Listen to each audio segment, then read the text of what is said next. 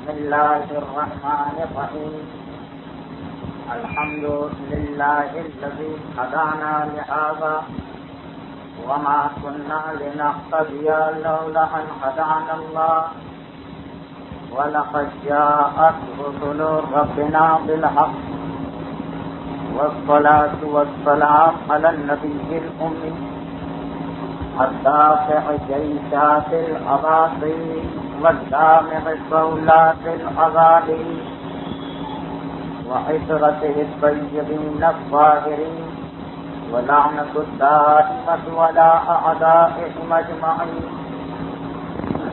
أما بعد فقد قال الله عز وجل في محكم كتابه الحميد بسم الله الرحمن الرحيم ألم يجدك يتيما فآوى. محسنان اسلام کے سلسلے میں آج یہ ہماری دوسری تقریر ہے. پہلی تقریر میں پیغمبر اسلام کے دادا حضرت ہاشم حضرت عبد المطلب اور پیغمبر اسلام کے پر دادا حضرت ہاشم کا تذکرہ ہوا تھا. آج پیغمبر اسلام کے چچا حضرت ابو طالب کے ذکر کی باری ہے. یہ اسلام جسے آج ہم قبول کیے ہوئے نجات کے راستے پر چل رہے ہیں، اتنا آسان نہ تھا ان لوگوں کے لیے جن کے سامنے پہلی مرتبہ اسلام کا پیغام پہنچایا گیا. عربوں کا ماحول کتنا بدتر اور برا تھا، ان میں غیرت و حیا کی کس قدر کمی تھی، اپنے غلط عقائد میں وہ کس حد تک پختہ اور راسخ ہو چکے تھے. ان سب باتوں کی تشریح گزشتہ منگل کی تقریر میں ہو چکی اور اسی تقریر کی روشنی میں جو یقین کے ساتھ کہا جا سکتا اگرچہ ذات رسالت ہر ایک کی مدد سے بے نیاز ہوتی، لیکن یہ یقین کے ساتھ کہا جا سکتا کہ اگر اسلام کو ابتدا میں کچھ ایسے محسن نہ مل جاتے جنہوں نے اپنی زندگی، اپنی عزت اور اپنے مرتبے کو خطرے میں ڈال کر اسلام اور پیغمبر اسلام کی حفاظت اور مدد کا تہیہ نہ کیا ہوتا تو شاید آج یہ اسلام ہمارے سامنے نہ پہنچ سکتا. اور انہی عظیم ہستیوں میں سے ایک حضرت ابو طالب کی ہستی. اب اس سے قبل کہ ہم حضرت ابو طالب کی زندگی کے واقعات کی تفصیل میں جائیں، اپنے طریقے اور قاعدے کے مطابق پہلے کچھ بنیادی باتیں حضرت ابو طالب کے بارے میں عرض کر دینا ضروری سمجھتے ہیں تاکہ اگر بعد میں تقریر طول بھی کھینچ جائے تو یہ باتیں بیان ہونے سے نہ رہ جائیں. حضرت ابو طالب کی ولادت سن 535 عیسوی میں ہوئی، یعنی پیغمبر اسلام کی ولادت سے 35 سال قبل. اور جب پیغمبر اسلام کی ولادت ہوئی اس وقت حضرت ابو طالب کی عمر 35 سال تھی. سن 578 عیسوی میں جب حضرت ابو طالب کی عمر 43 سال کی ہو گئی تھی تو اس وقت حضرت ابو طالب کے والد اور پیغمبر کے دادا حضرت عبد المطلب کا انتقال ہو گیا اور پیغمبر اسلام حضرت ابو طالب کے زیر سرپرستی انہی کے گھر میں آ کر انہی کے ساتھ زندگی گزارنے لگے. اور اس واقعے سے تقریباً 43 سال بعد سن 620 عیسوی میں حضرت ابو طالب کا انتقال ہو گیا. اس وقت حضرت ابو طالب کی عمر 86 سال کی ہو چکی. تو سن 535 عیسوی میں ولادت ہوئی اور سن 620 عیسوی میں حضرت ابو طالب کا انتقال تقریباً 86 سال کی عمر میں ہوا تھا. جب حضرت ابو طالب کا انتقال ہوا تو اس وقت پیغمبر کو اعلان رسالت کیے ہوئے 10 سال ہو چکے تھے اور پیغمبر اسلام کی عمر مبارک اس وقت 50 سال کے قریب تھی، یعنی 41 سال پیغمبر نے اپنے چچا کے ساتھ انہی کی کفالت میں، انہی کے زیر سرپرستی ان کے گھر میں گزارے تھے۔ حضرت ابو طالب کی ولادت کا سال تو مل جاتا ہے تاریخ میں، لیکن نہ مہینہ معلوم ہو سکتا ہے اور نہ ہی دن یا تاریخ۔ البتہ وفات کے بارے میں کچھ مختلف روایتیں ہیں۔ زیادہ مستند روایت یہی ہے کہ حضرت ابو طالب کی وفات رجب کے آخر میں ہوئی، لیکن بعض روایتوں میں ربیع الاول کی 26 تاریخ اور بعض میں شوال کی 10 تاریخ بھی بیان کی گئی۔ حضرت ابو طالب کی وفات اسی سال ہوئی جس سال ام المومنین جناب خدیجہ الکبریٰ کی وفات ہوئی۔ تاریخ کے اندر یہاں بھی ایک اشتباہ ہے کہ ان دونوں میں سے کس کی وفات پہلے ہوئی۔ البتہ صحیح قول یہی کہ حضرت ابو طالب کی وفات پہلے ہوئی تھی اور ان کے 3 دن یا 35 دن کے بعد حضرت خدیجہ کی وفات پائی۔ حضرت ابو طالب کا نام عبد مناف تھا اور یہ نام عبد المطلب نے اپنے دادا کے نام سے رکھا۔ عبد المطلب جو حضرت ابو طالب کے والد، ان کے دادا کا نام عبد مناف تھا اور انہوں نے اپنے دادا کے نام پر اپنے بیٹے کا نام بھی عبد مناف رکھا اور ان کی کنیت ابو طالب۔ یہ تھوڑی تفصیل بیان کرنا ضروری ہے تاکہ گفتگو ہر اعتبار سے مکمل ہو جائے۔ حضرت ابو طالب کی کنیت ابو طالب ہے۔ عربوں کے اندر ایک رواج یہ ہوتا کہ کسی کا نام لینا جو ہے یہ اس کی توہین سمجھا جاتا ہے، بلکہ نام لینے کے بجائے اس کے بیٹے یا بیٹی کے نام کے حوالے سے اسے بلایا جائے تو سمجھتا ہے کہ میری عزت کی گئی۔ اس کو کہتے ہیں کنیت، یعنی کسی کو اس کے بیٹے یا بیٹی کے نام سے بلانا۔ حضرت ابو طالب کے بڑے بیٹے کا نام طالب تھا، انہی کے حوالے سے ابو طالب کو ابو طالب کہنے لگے، یہ ان کی کنیت قرار پا۔ حضرت ابو طالب کے بارے میں تاریخ کی کتابوں میں ایک دوسرا نام بھی ان کا لکھا ہے جسے عمران کہا جاتا ہے، یعنی بعض روایتوں میں یہ آیا ہے کہ ابو طالب کا نام عبد مناف نہیں ہے بلکہ عمران ہے، اور اسی روایت کی بنا پر تفسیروں میں یہ بھی آیا کہ قرآن میں جہاں جہاں لفظ آل عمران استعمال ہوا وہاں در حقیقت مراد نسل ابو طالب ہے، کیونکہ ابو طالب کا نام عمران تھا۔ البتہ ہمارے علماء کی تحقیق یہی کہ یہ روایت اتنی صحیح نہیں ہے، بلکہ حضرت ابو طالب کا حقیقی نام عبد مناف ہی ہے۔ عبد مناف کا مطلب ہوا مناف کا بندہ یا مناف کا غلام۔ بعض لوگ حضرت ابو طالب کا نام، یعنی ہمارے دینوں میں سے بعض لوگ حضرت ابو طالب کا نام عبد مناف اس لیے قبول نہیں کرتے کہ اس کا مطلب تو یہ ہوا کہ ابو طالب کا نام کافروں جیسا رکھا گیا کہ مناف کا بندہ، مناف کا عبد کافروں جیسا نام ہے۔ اس الزام کو ہٹانے کے لیے وہ اس روایت کو بیان کرتے ہیں کہ ابو طالب کا اصلی نام عمران تھا، مناف نہیں، عبد مناف نہیں تھا۔ لیکن ایسا کہنا در حقیقت بہت بڑی غلطی ہوگی، کیونکہ ہمارا عقیدہ یہ کہ پیغمبر کی نسل جو آدم سے لے کر اس پیغمبر تک، اس پوری نسل باپ اور ماں کے سلسلے میں کوئی کافر اور مشرک نہیں ہو سکتا۔ اب عبد مناف پیغمبر کے پردادا حضرت ہاشم کے والد کا نام تھا، اس میں تو کوئی اختلاف نہیں کر سکتا۔ اگر ہم عبد مناف کو ایک کافرانہ نام سمجھیں، ایک مشرکانہ نام سمجھیں، تو ابو طالب کا نام تو ہم عمران بیان کر دیں، حضرت ابو طالب کے اوپر سے تو فرض کیجیے ہم نے یہ الزام ہٹا دیا، لیکن پیغمبر کی نسل میں عبد مناف بہرحال ان کے پردادا کے والد تھے، اور ہمارے عقیدے کے مطابق پوری نسل کے اندر کوئی بھی کافر نہیں ہو سکتا۔ تو حقیقت یہ ہے کہ جس طرح عبد المطلب کے معنی مطلب کا غلام، اسی طرح عبد مناف کے معنی مناف کا غلام، اور اس کی بڑی تفصیل ہے کتابوں میں۔ بہرحال یہ خیال نکال دیجیے کہ مناف کسی بت کا نام تھا، یہ نام بالکل توحید کے عقیدے کے مطابق ہے، لیکن ہم اس کی تفصیل میں جائیں گے تو بات بہت زیادہ الجھ جائے گی۔ خلاصہ یہ کہ حضرت ابو طالب کا نام عبد مناف ہے، بعض علماء نے عمران بیان کیا ہے، اور ان کی کنیت ابو طالب تھی۔ حضرت ابو طالب کے والد کا نام عبد المطلب تھا۔ عبد المطلب مکے کے سردار تھے، اور ان کی وہی حیثیت تھی اپنے زمانے میں جو حیثیت حضرت ابراہیم کی تھی ان کے زمانے میں۔ اور تمام قریش کے لوگ عبد المطلب کی بے انتہا عزت کیا کرتے.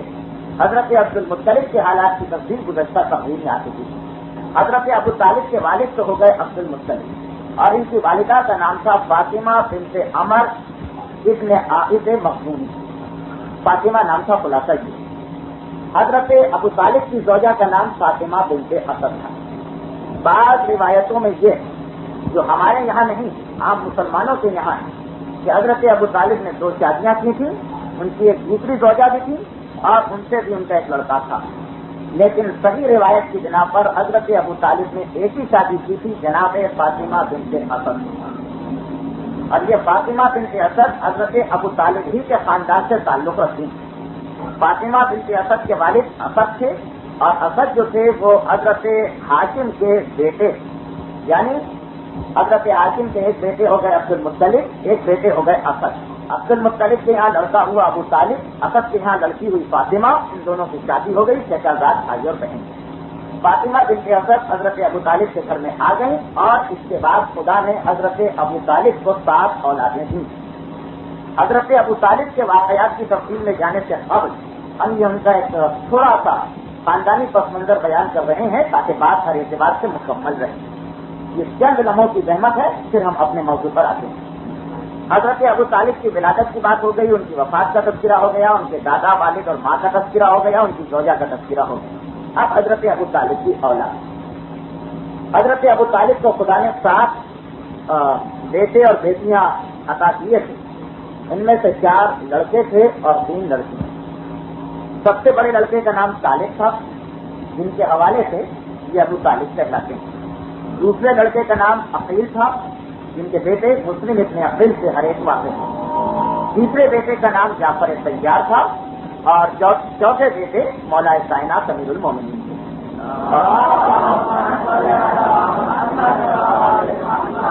اور 3 بیٹیاں تھیں, ام ہانی, جمانہ اور تیسری کا نام اسما تھا. بعض روایتوں میں غیبہ لکھا ہوا. یہ تو ہے. حضرت ابو طالب کے ان 7 اولادوں میں سے 2 اولادیں ایسی ہیں جن سے کوئی مزید نسل کا سلسلہ آگے نہیں بڑھ سکا, ان کے یہاں اولاد نہ ہوئی. ایک حضرت ابو طالب کے بڑے بیٹے طالب ہیں.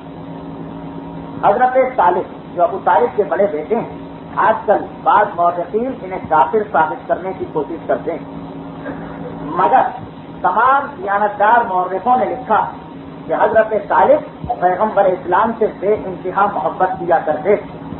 مولانا مودودی تک نے لکھا کہ حضرت طالب ابو طالب کے بڑے بیٹے یہ اسی سال پیدا ہوئے ہیں جس سال پیغمبر اسلام پیدا ہوئے ہیں, اور 8 سال کی عمر جب پیغمبر ابو طالب کے گھر میں آ گئے تو طالب کا اور رسول کا ساتھ ہر وقت رہا. اس کے بعد پیغمبر اسلام ہجرت کر کے مدینے چلے اور طالب مکے میں رہے. ان کے والد کا انتقال ہو چکا تھا. جب جنگ بدر میں ابو سفیان اور ابو جہل مکے کے تمام جوانوں کو اکٹھا کیا تھا اور ان کو زبردستی لے کے چلا تھا مقابلہ کرنے کے. جو کافر تھے وہ تو خوشی خوشی چلے گئے, لیکن جو کافر نہیں تھے ان کے لیے جنگ بدر میں پیغمبر کے سامنے جانا بڑی مشکل بات تھی. طالب بھی مکے کے رہنے والے تھے, ان کا پورا خاندان ہجرت کر گیا, ان کے والد کا انتقال ہو گیا, ان کی والدہ فاطمہ بنت اسد مدینے جا چکی. طالب اکیلے رہ گئے, چنانچہ ابو جہل و ابو سفیان انہیں زبردستی لے کے آئے. جنگ بدر کے میدان میں پہنچے اور اسی انتظار میں رہے کہ شاید جنگ نہ اور مجھے پیغمبر کے لشکر کے خلاف تلوار نہ نکالنا پڑے. لیکن جب جنگ شروع تو یہ 2 شعر کہتے جس میں اپنے اسلام کا اور ابو جہل و ابو سفیان کے اس غلط فعل پر ملامت اور نفرین کا اظہار کرتے جنگ بدر کے میدان سے بھاگے. اور بعض روایتوں میں یہ کہ بدر کے میدان سے بھاگ کے قریب میں سمندر تھا, اس سمندر میں انہوں نے اپنے آپ کو غرق کر دیا کہ میرے لیے موت زیادہ بہتر ہے, لیکن میں اسلام سے یا رسول اسلام کے خلاف تلوار نہیں نکالوں. دوسرے بیٹے عقیل, جناب عقیل. اب حضرت ابو طالب کے بیٹوں کے بارے میں ایک عجیب بات یہ کہ ہر بیٹے کی عمر دوسرے سے 10 سال کم. حضرت علی سے جعفر طیار 10 سال بڑے, جعفر طیار سے 10 سال عقیل بڑے اور عقیل سے 10 سال طالب بڑے. دوسرے بیٹے عقیل جو پیغمبر اسلام سے 10 سال چھوٹے, سن 580 عیسوی میں ان کی ولادت ہوئی اور پیغمبر اسلام کے مکے سے مدینے جانے کے بعد یہ ان لوگوں میں سے تھے جنہیں پیغمبر نے مکے میں یہ کہہ کر چھوڑا کہ تم مکے میں رہو اور مکے کے کافروں کے جتنے بھی منصوبے ہوا کریں ان کی اطلاع ہم تک پہنچا دیا ہے. دو آدمی، ایک عقیل اور ایک پیغمبر کے چچا حضرت عباس، ان دونوں نے پیغمبر اسلام سے خواہش ظاہر کی کہ آپ ہجرت کر رہے ہیں، ہم آپ کے ساتھ جانا چاہتے ہیں. پیغمبر نے کہا کہ نہیں، مکے میں بھی کچھ مومنوں کا ہونا ضروری ہے تاکہ وہ قریش کے منصوبوں سے ہمیں مطلع کرتے رہے. چنانچہ یہ دونوں مکے میں رہے، اپنے ایمان کو چھپا دیا، اپنے اسلام کو چھپا دیا. جناب عقیل جنگ بدر میں مجبور ہو کر آئے تھے اپنے بھائی کے ساتھ، لیکن تلوار نہیں اٹھائی، نتیجے میں گرفتار ہوئے. گرفتار ہو کر پیغمبر کے سامنے پیش کیے گئے، پیغمبر نے ان کو آزاد کر دیا. یہ دوبارہ مکے میں آ گئے، کافروں کے بیچ میں بیٹھ کر ان کے تمام منصوبوں کی اطلاع پیغمبر اسلام کو پہنچاتے رہے. سن 6 ہجری میں جب صلح حدیبیہ ہوئی، اس وقت یہ پیغمبر کے پاس پہنچے اور علل اعلان اپنے اسلام کا اظہار کر کے پیغمبر کے لشکر میں شامل ہو گئے. 96 سال کی عمر میں سن 59 ہجری میں ان کا انتقال ہوا. تیسرے بیٹے حضرت ابو طالب کے جعفر طیار ہیں. جعفر طیار اولین اسلام لانے والوں میں سے تھے، اور یہ جعفر طیار بھی وہ بیٹے ہیں کہ جب ایک مرتبہ ابو طالب کا گزر ہوا ایک مقام سے اور دیکھا کہ پیغمبر اسلام نماز پڑھ رہے ہیں اور ان کے ساتھ علی نماز پڑھ رہے ہیں، تو جعفر طیار سے کہا کہ تم اپنے بھائی کا ساتھ کیوں نہیں دیتے ہو، جاؤ اور جا کر تم بھی پیغمبر کے پیچھے نماز پڑھو. سب سے پہلے اسلام قبول کرنے والوں میں جعفر طیار کا نام. اور جب مکے کے اندر قریش سے ظلم و ستم بہت بڑھ گئے، جس کی تفصیل آنے والی ہے، جب ظلم و ستم بہت بڑھ گئے تو ہجرت کے 5ویں سال پیغمبر اسلام نے حکم دیا تقریباً 80 آدمیوں کو کہ تم مکہ چھوڑ کر حبشہ کی جانب ہجرت کر جاؤ اور وہاں جا کر اطمینان سے زندگی گزارو. جعفر طیار کو اس لشکر میں شامل کر کے پیغمبر نے حبشہ کی جانب بھیجا. اور یہ وہی جعفر طیار کہ جب حبشہ کے دربار میں جعفر طیار پہنچے اپنے ساتھیوں کو لے کر، تو قریش نے ان کو گرفتار کرنے کے لیے ایک وقت بھجوایا حبشہ کے بادشاہ کے پاس اور کہا کہ ہمارے کچھ مجرم آپ کے پاس بھاگ کے آ جائیں، جنہیں ہمارے حوالے کر دیجیے. نجاشی نے کہا کہ میں پہلے خود ان سے بات کروں. چنانچہ ان تمام مردوں کو بلایا گیا جو مسلمان ہجرت کر کے وہاں پہنچے. نجاشی کے دربار میں ایک طرف مکے کے کافر، دوسری طرف یہ مکے سے ہجرت کرنے والے مسلمان تھے. اس وقت تمام مسلمانوں نے متفقہ طور پر جعفر طیار کو چنا کہ آپ ہماری نمائندگی کریں، آپ ہماری جانب سے خطاب کریں. جناب جعفر طیار پہنچے دربار. نجاشی نے پہلے تو یہ پوچھا کہ تمہارا عقیدہ کیا. اس وقت جناب جعفر طیار نے ایسی تقریر کہ جو ہر مومن کو سننا چاہیے اور ہر مومن کو یاد کرنا چاہیے. اس تقریر سے یہ پتا چلتا ہے کہ اسلام کس چیز کا نام ہے. جعفر طیار نے بتایا کہ پہلے ہمارا عقیدہ کیا تھا، اب ہمارا عقیدہ کیا. بلکہ یہ تو وہ تقریر جسے لکھ لکھ کے تقسیم کرانا چاہیے تاکہ اندازہ کہ پیغمبر اسلام جو دین لے کے آئے تھے اس کی بنیادی اور ابتدائی باتیں کیا. انشاءاللہ جب کبھی جناب جعفر طیار کے موضوع پہ تقریر ہوگی تو اس تفصیل کو بیان کروں. جناب جعفر طیار کی تقریر کا نجاشی کے دل پر اتنا اثر ہوا کہ اس نے ان کے ہاتھ سے اسلام قبول کر دیا اور اس کے بعد مسلسل پیغمبر اسلام کو تحفے اور ہدیت بھجواتا رہا. پھر پیغمبر اسلام جب ہجرت کر کے مدینے آ گئے تو ہجرت کے 7ویں سال جعفر طیار حبشہ سے مدینے پہنچے. پتہ چلا کہ مسلمانوں کا لشکر آج کل خیبر گیا ہوا ہے. جعفر طیار مدینے سے خیبر چلے اور اس وقت پیغمبر کے پاس پہنچے. دیکھیے وہی وقت تھا کہ جب امیر المومنین مرحب و عنقر کے سر کو قلم کرنے کے بعد در خیبر کو اکھاڑ کر خیبر کے قلعے پر قبضہ کر کے واپس آئے تھے. پیغمبر کو اطلاع دی گئی تھی کہ خیبر کا قلعہ فتح ہو چکا ہے. اسی وقت جعفر طیار آئے اور جب پیغمبر سے ملاقات کی تو پیغمبر کی زبان سے ایک فقرہ نکلا جسے تمام مورخین نے نقل کیا. پیغمبر کی زبان سے فقرہ یہی نکلا کہ میری سمجھ میں نہیں آتا کہ میں خیبر کے فتح ہونے کی خوشی مناؤں یا اپنے بھائی جعفر کے آنے کی خوشی مناؤں. پیغمبر کو اتنی محبت تھی جعفر طیار سے. سن 8 ہجری میں عیسائیوں سے مسلمانوں کی پہلی جنگ ہوئی ایک موسیٰ کے مقام پر. جعفر طیار کو علمدار بنا کے بھیجا گیا اور وہاں جناب جعفر طیار شہید ہوئے. ان کے دونوں بازو قلم ہوئے اور 90 جسم ان کے زخم کے اوپر آئے تھے. جناب جعفر طیار کی شہادت کی اطلاع مدینے پہنچی. پیغمبر اسلام اپنی بیٹی فاطمہ کو لے کر جناب جعفر طیار کی بیوہ اسما بنت حمیس کے پاس گئے. 3 دن تک گھر سے کھانا پکایا تھا اور جناب جعفر طیار کے لیے دعا دی تھی. روایت یہ پیغمبر کا یہ تو مشہور فرمان تھا کہ جعفر کے دونوں ہاتھ کٹ گئے, خدا نے اس کے بدلے انہیں 2 پر عطا کیے ہیں جن کی مدد سے وہ ملائکہ کے ساتھ جنت میں اڑتے رہتے ہیں. مؤرخین نے لکھا کہ ایک دن پیغمبر مسجد نبوی میں بیٹھے تھے کہ ایک مرتبہ پیغمبر نے کہا وعلیکم السلام, تم پر میرا سلام. اصحاب رسول نے چاروں طرف دیکھا, کوئی آدمی نظر نہیں آیا جس پر پیغمبر سلام کر رہے ہیں. خبرہ سے پوچھا اللہ کے رسول آپ کس کو سلام کر رہے ہیں؟ جواب دیا کہ ابھی ملائکہ کے ساتھ جعفر طیار اڑتے ہوئے مسجد کے اندر سے گزرے تھے اور اڑتے اڑتے مجھے سلام کیا تھا تو میں نے جعفر طیار کے سلام کا جواب دیا. جناب جعفر طیار کی عمر 41 سال کی جب انہیں شہادت اور ان کے 8 بیٹے, جن میں سے 2 بیٹے بہت مشہور, ایک عبداللہ جن کی شادی جناب زینب سے ہوئی اور ایک محمد جن کی شادی جناب ام کلثوم سے ہوئی. یہ 3 بیٹے ہوئے جناب ابو طالب سے, اور چوتھے بیٹے امیر المومنین کے حالات کو 4 معصومین کی سیرت کے سلسلے میں بیان کر چکا ہوں. اس کے علاوہ حضرت ابو طالب کی 3 بیٹیاں, ایک کا نام تھا ام ہانی. ام ہانی ان کی کنیت, ان کا اصلی نام یا ہند تھا یا فاطمہ, مختلف چیزیں تاریخ میں لکھی. ام ہانی کے گھر ہی سے پیغمبر اسلام کو معراج ہوئی.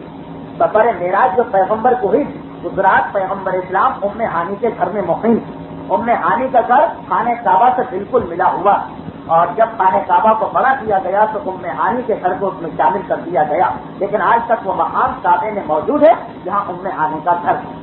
ام ہانی کے بیٹے سے جوہدہ, جنہیں امیر المومنین بہت محبت کیا کرتے اور اپنے زمانے میں خراسان کے صوبے کا گورنر بنایا تھا. دوسری بیٹی تھی جناب ابو طالب کی جمانہ کے بارے میں تفصیل بالکل نہیں ملتی تھی, البتہ اتنا ملتا ہے کہ ان کی اولاد آگے نہیں چلی.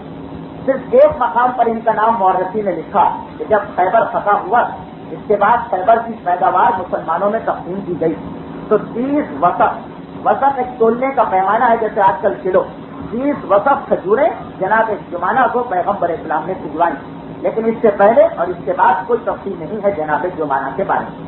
اور تیسری بیٹی تھی ابو طالب کی ریتا یا یا اسما, ان کی بھی کوئی تفصیل تاریخی کتابوں میں نہیں ملتی. یہ جناب ابو طالب کی اولاد کا تذکرہ. آپ ایک آخری بات اور بیان کروں اس سلسلے میں اور پھر جناب ابو طالب کے حالات زندگی آپ کے سامنے پیش کروں. حضرت عبد المطلب کے 18 اولادیں تھیں, 12 لڑکے اور 6 لڑکیاں, اور یہ اولادیں 5 مختلف بیویوں سے تھیں. حضرت ابو طالب کی 11 بھائی اور 6 بہنیں تھیں, جس میں سے 3 بھائی اور 5 بہن, یعنی 8 اولادیں ایک ہی بیوی کے بطن سے تھیں. یعنی یہ سب سگے تھے, باپ کے اعتبار سے بھی ماں کے اعتبار سے بھی. تو حضرت ابو طالب کے 11 بھائی تھے جس میں سے 2 سگے, 6 بہنیں تھیں جن میں سے 5 بہنیں بالکل سگی. وہ 2 بھائی جو سگے بھائی تھے ان کی تفصیل میں نے گزشتہ تقریر میں بتائی, ایک جناب زبیر اور ایک جناب عبداللہ پیغمبر اسلام کے والد. حضرت ابو طالب, یہ تھوڑی تفصیل حضرت ابو طالب کے کچھ خاندانی حالات. اب آئیے حضرت ابو طالب کی سیرت کو دیکھیں, حضرت ابو طالب کے کردار کو دیکھیں, تاریخ اسلامی میں حضرت ابو طالب کے مقام کو دیکھیں, اور یہ دیکھیں کہ کس انداز سے ابو طالب نے اسلام پر احسان کیا, کس انداز سے ابو طالب نے مشکل مقامات سے اسلام کو بچایا. حضرت ابو طالب کے بارے میں بچپنے سے لے کر جوانی تک تاریخ بالکل خاموش ہے کہ جس انداز سے انہوں نے زندگی گزاری.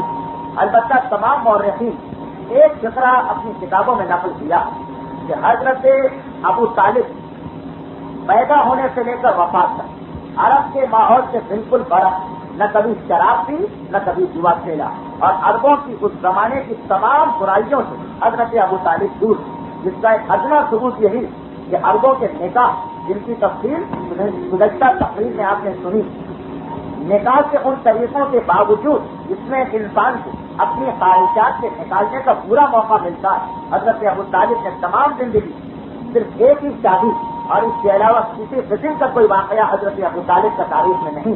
واضح طور پر علماء نے لکھا کہ شراب کو اپنے اوپر حرام قرار دیے ہوئے تھے, جوئے کو بھی اپنے اوپر حرام قرار دیے. یہ عام مورخین لکھتے ہیں. ویسے ہمارا تو عقیدہ ہے کہ حضرت ابو طالب دین فطرت پر تھے, دین ابراہیم پر تھے, اور مکے کے ان چند انسانوں میں سے تھے جو اب تک حضرت ابراہیم اور اسماعیل کے دین پر صادق قدمی سے جمے ہوئے.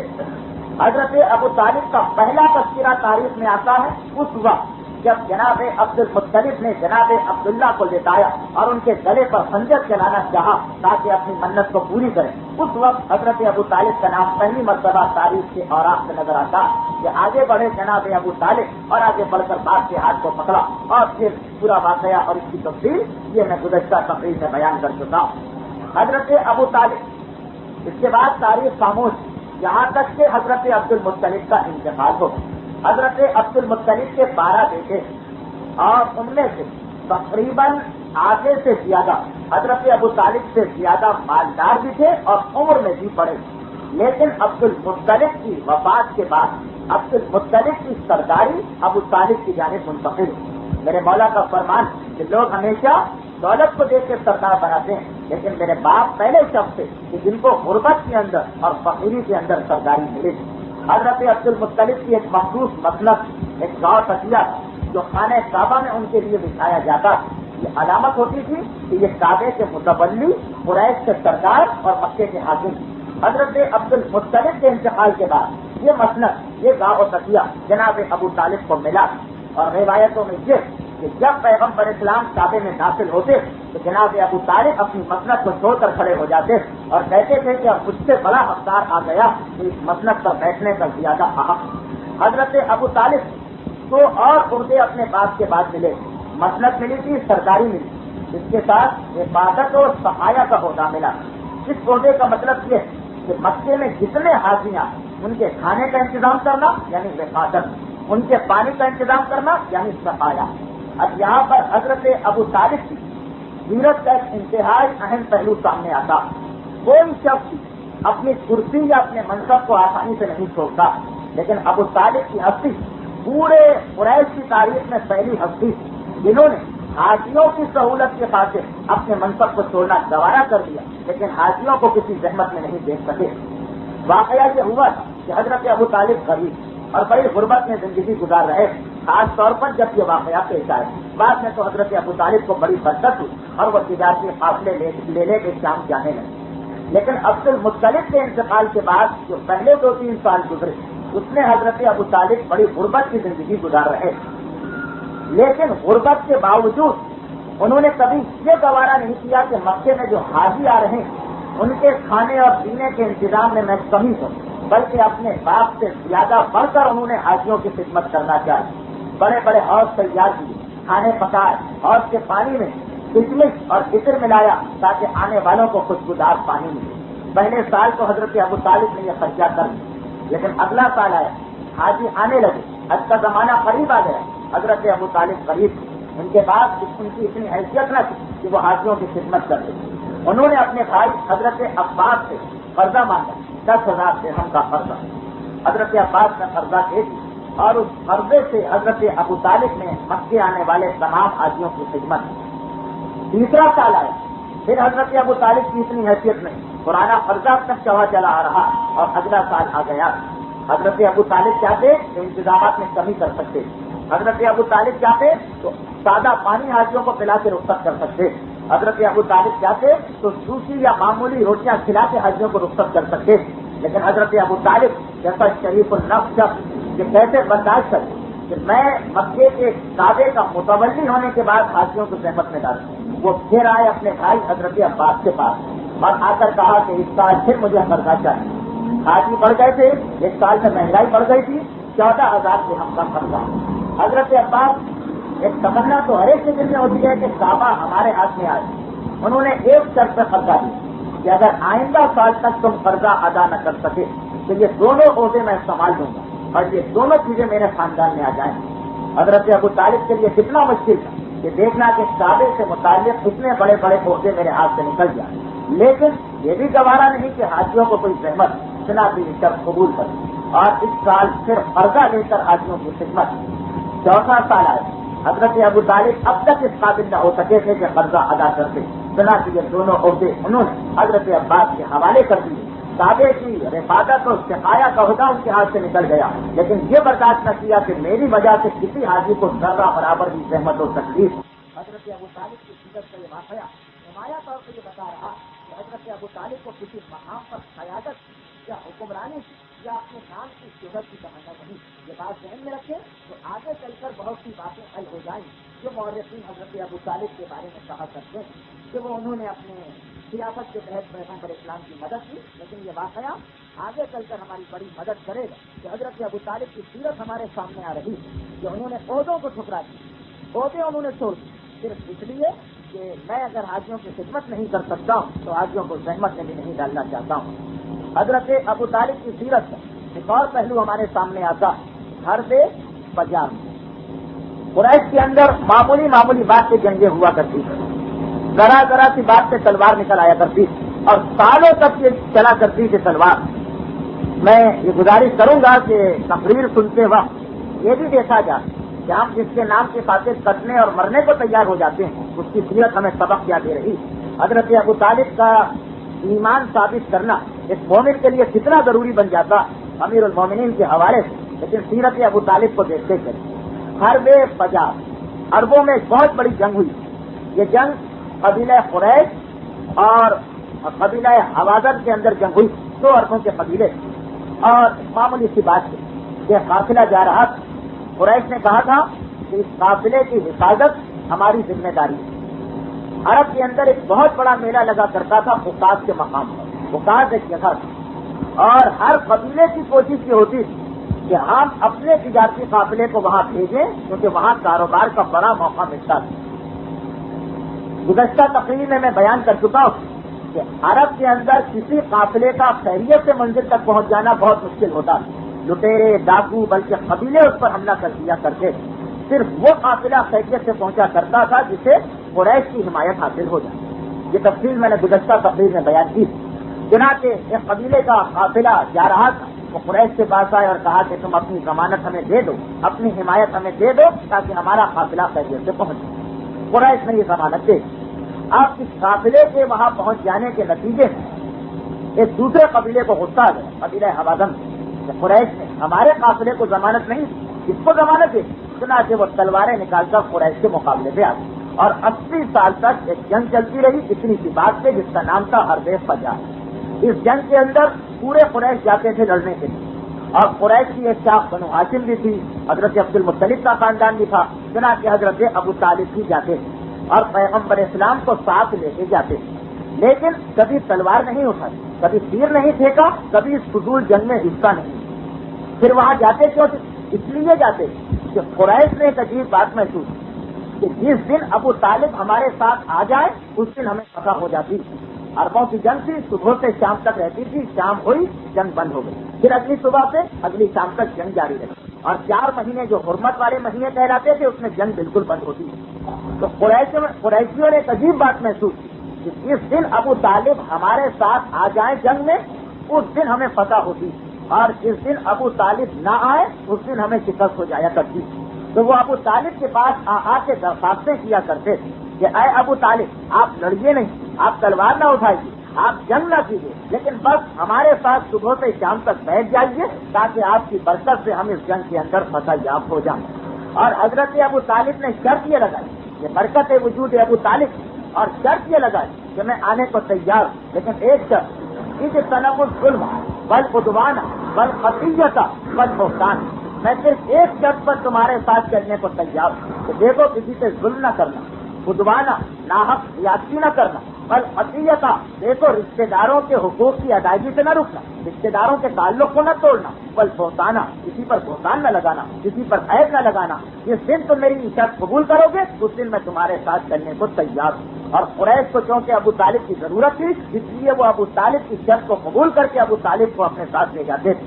اس دور میں جس کی تفصیل گزشتہ منگل کو آپ نے سنی, اس دور میں ابو طالب کا یہ کہنا جبکہ نہ ابھی امیر المومنین کی ولادت ہوئی نہ پیغمبر اسلام 8 یا 9 سال کی عمر تھی اس منزل پہ پہنچے کہ جہاں پیغمبر اعلان نبوت کرتے. اس دور میں ابو طالب کی یہ شرطیں بتا رہی کہ جاہلیت کے ماحول میں بھی حضرت ابو طالب کو حقوق انسانی کا کتنا زیادہ خیال تھا. ابو طالب کے ماننے والے, ابو طالب کا ایمان ثابت کرنے والے پر اپنی پوری محنت لگا دینے والے ذرا حضرت ابو طالب کی سیرت کو دے.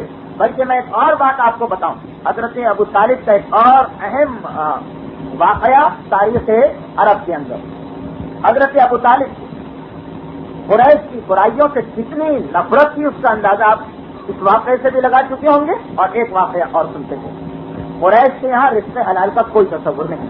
لوٹو، ڈاکہ ڈالو، سب خون مارو، جس کا مال ملے، جس طرح سے ملے، جس انداز سے ملے، وہ تمہارا مال بن گیا. یتیم کو لوٹو، مظلوموں کے اوپر حملہ کرو، چھوٹے چھوٹے قبیلوں کو ختم کرو، اور جو کچھ آئے وہ سب تمہارا حق. حضرت ابو طالب کی جوانی، جب حضرت ابو طالب حضرت عبد المطلب کے بعد مکے کے حاکم بن گئے، ایک مرتبہ مکے میں بڑی زبردست بارش، اور اس بارش کے نتیجے میں خانہ کعبہ آدھے سے زیادہ گر گئی، اس کی دیواریں بہہ گئی. کعبہ مکہ شہر دیکھنے والے جانتے ہیں کہ پورا مکہ شہر پہاڑی میں ہے اور پہاڑیوں کے بیچ میں خانہ کعبہ ہے. جب بھی بارش ہوتی تو پہاڑیوں سے سارا پانی بہ کر کعبے کی طرف آتا ہے اور کعبہ غرق ہو جایا کرتا ہے. تو ابو طالب کے زمانے میں بھی ایک مرتبہ اتنی زبردست بارش کہ کعبہ ٹوٹ گئی، کعبے کی دیواریں ٹوٹ گئی اور تھوڑی تھوڑی دیواریں رہ گئی 1.5 اور 2 فٹ. قریش نے دیکھا، مکے والوں نے دیکھا. کعبے کی عزت تو ہر ایک کرتا، اور قریش کے لیے یہ مسئلہ اور بھی زیادہ اہم ہے، کیونکہ کعبے ہی کی وجہ سے ان کی روٹی چلتی تھی اور کعبے ہی کی وجہ سے ان کی عزت. چنانچہ یہ طے پایا کہ خانہ کعبہ کو بالکل توڑ کر نئے سرے سے بنایا جائے. اور یہ وہی واقعہ ہے، یعنی یہ کعبے کو تعمیر کرنے میں وہ واقعہ پیش آیا جو آپ میں سے ہر ایک جانتا ہے کہ جب یہ کعبہ بن گیا تھا تو جھگڑا پیدا ہوا تھا کہ حجر اسود کون لگائے. اور پیغمبر اسلام آئے تھے اور چادر کے اوپر حجر اسود رکھ کے تمام قبیلوں سے اٹھایا. تو خیر یہ تو بات کی تھی. جب کعبہ ٹوٹ گیا بارش کے نتیجے میں اور اب طے پایا کہ کعبے کو نئے سرے سے بنایا جائے، تو اب جو ٹوٹی ٹوٹی دیواریں ہیں انہیں بالکل ختم کرنا تھا، بنیادیں کھود کر مضبوط دیواریں اٹھانا تھا. طے پا گیا، قریش نے طے کر لی آپس میں اور کام میں لگ گئے. کعبے کی ٹوٹی ہوئی دیواروں کو مزید توڑا، ملبے کو صاف کیا، بنیادوں کو کھودا. لیکن جب کعبے کی بنیاد کھودی جا رہی تھی اس وقت انہوں نے دیکھا کہ بنیادوں میں سے ایک اژدہا پھنکارتا ہوا باہر آیا تھا. ایک زہریلا اژدہا کعبے کی بنیادوں پہ کھڑا ہوا نظر آیا. یہ منظر قریش نے دیکھا، گھبرا گیا. تاریخ کے واقعات بیان کر رہا ہوں تو صرف میں مشربہ نہیں پڑ رہا کہ قریش نے یہ منظر دیکھا، گھبرا گیا، پریشان ہو گیا، ڈر کے مارے سے پیچھے ہٹ گئے. اور اب پریشانی مزید بڑھ گئی کہ جو ٹوٹا کعبہ تھا وہ بھی ہم نے ختم کر دیا، اب تو بالکل کعبہ چلا گیا. اب کس طرح کعبے کی تعمیر ہے؟ حضرت ابو طالب کعبے کے متولی، مکے کے سردار ہیں، لوگ انہی کی جانب رجوع کرنے لگے کہ آپ بتائیے کس طرح ہم کعبے کو بنائیں. حضرت ابو طالب نے کہا بس ایک طریقہ، کعبے کی تعمیر کے اندر حرام کی ایک پائپ نہ لگائی جائے، صرف حلال کا پیسہ استعمال کیا جائے تو ہمیں یقین کہ پھر خدا ہمیں کعبہ تعمیر کرنے کی اجازت دے دے.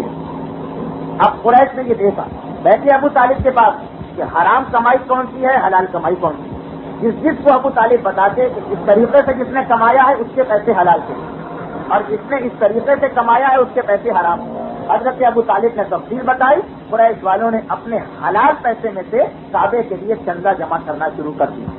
حضرت ابو طالب ویسے ہی غربت کی حالت میں تھے. باقی جو قریش والے تھے ان کے پاس حلال کے پیسے اتنے کم تھے کہ ان پیسوں کو جب جمع کیا گیا تو یہ دیکھا گیا کہ کعبہ اس سے پورا کعبہ نہیں بن سکتا ہے. حضرت ابو طالب ان کو بتا چکے کہ صرف حلال پیسے سے اس کو بنایا جائے، حرام پیسہ شامل نہ کرے. اب دیکھا انہوں نے پیسے کم تو یہ طے پایا کہ کعبے کو حرام پیسے سے بنانا تو ناممکن ہے. یہ اجتہاد ایسا ہوا، حلال پیسے سے بناتے ہیں، جتنا بن جائے اتنا ہی بنا لو. پورا کعبہ نہیں بنا سکتے تو جتنا بن جائے اتنا ہی بنا لو. یہ طے پایا، ارادہ کیا اور حلال پیسے سے سامان خریدا گیا. تاریخ لکھ رہی کہ جیسے ہی حلال پیسے کا سامان لے کر مزدور وہاں پر پہنچے اور اینٹیں وہاں پہنچائی جانے لگی، آسمان سے ایک پرندہ اڑتا ہوا آیا اور اپنے پنجوں میں اس اژدہے کو داب کر چلا گیا اور کعبہ خالی ہو گیا. اور اس کے بعد کعبے کی تعمیر شروع ہونے لگی. حضرت ابو طالب کے مشورے خانہ کعبہ کی زیارت کرنے والے آج بھی جانتے ہیں کہ خانہ کعبہ جتنا حضرت ابراہیم نے بنایا تھا، آج خانہ کعبہ اس سے چھوٹا خانہ کعبہ ہے اور باقی کعبے کا حصہ جو ہے وہ کعبے سے باہر نکل گیا ہے. ایک گول دیوار کے ذریعے سے اس کی نشاندہی کر دی گئی ہے تاکہ معلوم ہو جائے کہ یہ کعبے کا حصہ، مگر چونکہ پیسے کم تھے ہم پورا کعبہ نہیں بنا سکتے تھے، اس لیے اس کو ہم نے کعبے سے باہر رکھ دیا. یہ آج کی وہ نشانی موجود ہے یہاں. تو حضرت ابو طالب پہلے شخص ہے مکے کی تاریخ میں جس نے حلال و حرام رزق کا فلسفہ پیش کیا اور مکے کے لوگوں نے ان کی بات کو تسلیم کیا. ابتدا سے دیکھیں سیرت ابو طالب ہمیں کیا بتا رہی. اور پھر حضرت ابو طالب ایک نیا حکم اپنے زمانے میں جاری کی. اسلام نے آنے کے بعد اسی حکم کو اپنے فقہ کا جز بنا دیا. جس طرح عبد المطلب کا ایک حکم فقہ کے اندر آ گیا کہ کعبے کے 7 چکر لگائے جائیں، وہ آج تمام مسلمانوں کے فقہ میں آ گیا. حضرت ابو طالب کا بھی ایک احسان، یہ حضرت ابو طالب کی ایک نشانی جو قیامت تک باقی رہے گی کہ تمام مسلمانوں کے فقہ میں ایک مسئلہ ہے، قسامت کا مسئلہ. یہ مسئلہ تعلق رکھتا ہے قتل سے. میں اس کی تھوڑی تفصیل بیان کر دوں تاکہ حضرت ابو طالب کی سیرت کا یہ پہلو بھی آپ کے سامنے آ جائے.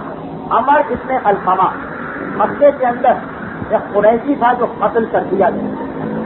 جب عمر ابن القمہ کو قتل کر دیا گیا، مکے کا ایک باشندہ، ابو طالب رئیس مکہ، سردار مکہ، لوگ ان کے عمر ابن القمہ کے خاندان والے آئے اور آ کر کہا کہ ہمارے خاندان والے کو قتل کیا گیا، ہم اس کا بدلہ لینا چاہتے ہیں.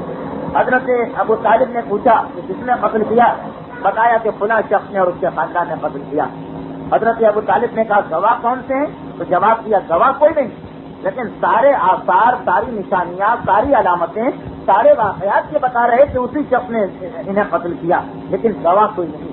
یہ مسئلہ اکثر پیش آ جاتا کہ سب کو معلوم کہ قاتل فلاں شخص مقتول کو اسی نے قتل کیا، لیکن گواہ کوئی نہیں. اس طریقے سے مقدمہ چلایا جائے. تو فقہ کے اندر ایک مسئلہ جسے کہتے ہیں قسامت کا مسئلہ، وہ یہ کہ اگر پورا یقین ہو گیا اور ایسی ثبوت اور ایسی علامتیں پیش کر دی گئی جس سے معلوم ہو جائے کہ فلاں شخص قاتل، لیکن 2 عادل گواہ نہ آ سکے جو گواہی دیں کہ ہم نے اسے قتل کرتے دیکھا، تو اب طریقہ یہ ہوتا کہ جو دعویٰ لے کے آئے کہ فلاں نے قتل کیا میرے باپ کو یا میرے بیٹے کو یا میرے بھائی کو، اس سے 50 قسمیں کھلائی جاتی کہ تم خدا کی قسم کھاؤ کہ اس نے قتل کیا. اور جب وہ 50 قسمیں کھا لے تو اب فقہ کا یہ مسئلہ کہ اس کے دعوے کو قبول کر کے اس سامنے والے کو بغیر کسی گواہ کے بھی قاتل قرار دے دیا جائے. حضرت ابو طالب نے یہ طریقہ سب سے پہلے رائج کیا کہ عمر ابن القمہ کے وارثوں سے کہا کہ گواہ لاؤ. انہوں نے کہا گواہ تو نہیں، لیکن یہ سارے ثبوت ہمارے سامنے جن سے سب کو یقین ہو رہا ہے کہ قاتل وہی. حضرت ابو طالب کے سامنے ثبوت آ گئے. انہوں نے کہا تم لوگ 50 قسمیں کھاؤ. 50 قسمیں کھا لی گئی اور حضرت ابو طالب نے اس قاتل کو قاتل قرار دے دیا بغیر گواہی. اور یہی آج فقہ کا مسئلہ بن گیا. تو حضرت ابو طالب کی زندگی آپ نے ملاحظہ ابتدا سے لے کر ان تمام چیزوں سے دور ہے جو شریعت نے حرام. اس کے حلال کی اتنی تاکید اور حضرت ابو طالب کا یہ علم، یہ حضرت ابو طالب کا علم ہے جو آپ نے سنا کہ جس کی وجہ سے اس جاہلیت کے ماحول میں بیٹھ کر جو ابو طالب کر رہے ہیں وہی اسلام کی فقہ کا مسئلہ بنتا چلا جا رہا.